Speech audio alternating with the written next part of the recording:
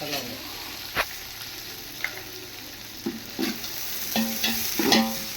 ரெண்டு கிலோ அளவுக்கு இந்த வெங்காயம், இது 300 கிராம் வரும். இதுக்கு வெள்ளை குச்சாக்கு அதிகமாக தேவையில்லை. வதங்கிறதுக்கு ஜாஸ்தி வதங்க தேவையில்லை. இதுக்கு லைட்டாக வதங்கினாவே போதும். கண்ணாடி பதம் வதங்கினாவே போதும்.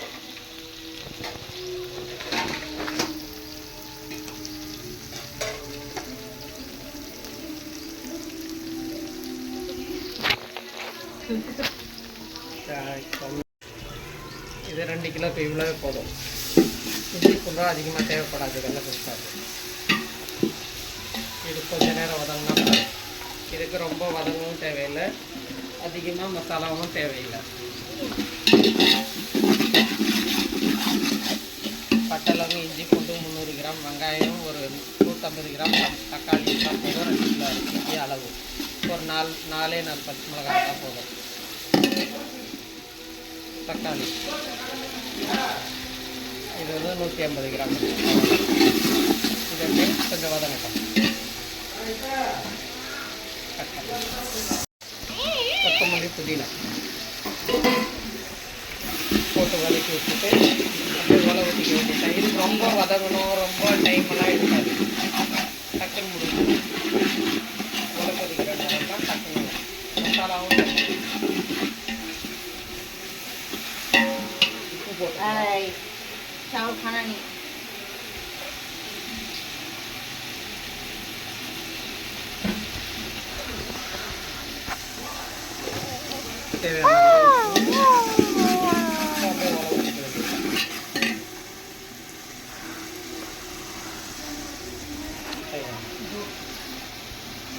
இது 2 படி உள்ளது.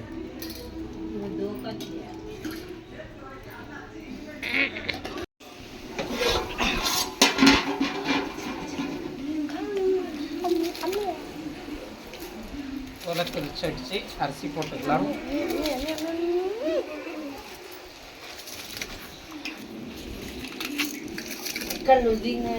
तो आती नानी भी आते हैं बोल कम आए ना उस दिन जाते हैं कमी भी आती இது உலை கொச்சோன்னா அரிசி போட்டால் இது சீக்கிரமாக ஆகிடும். பிரியாணியோட இது வேலை சீக்கிரம் சட்டுன்னு ஆகிடும் வேலை. 3 படிக்கு 6 படி தண்ணி. நீங்கள் அரிசி கொஞ்சம் நெட்டாக சாதம் சாப்பிட்றவங்களா இருந்தால் 1/2 படி குறைச்சிக்கோங்க. இல்லை கரெக்டாக நல்லா சாஃப்டாக வேணும்னாக்கா கரெக்டான தண்ணி அளவு வச்சுக்கோங்க. தண்ணி தேவையான அளவுக்கு உப்பு போட்டுக்கோங்க. உப்பு செக் பண்ணி, இந்த மாதிரி உலை இருக்கும்போது உப்பு செக் பண்ணி உப்பு போட்டுக்கணும். வேகட்டும், பார்க்கலாம். பாருங்கள், இப்படி வரணும்.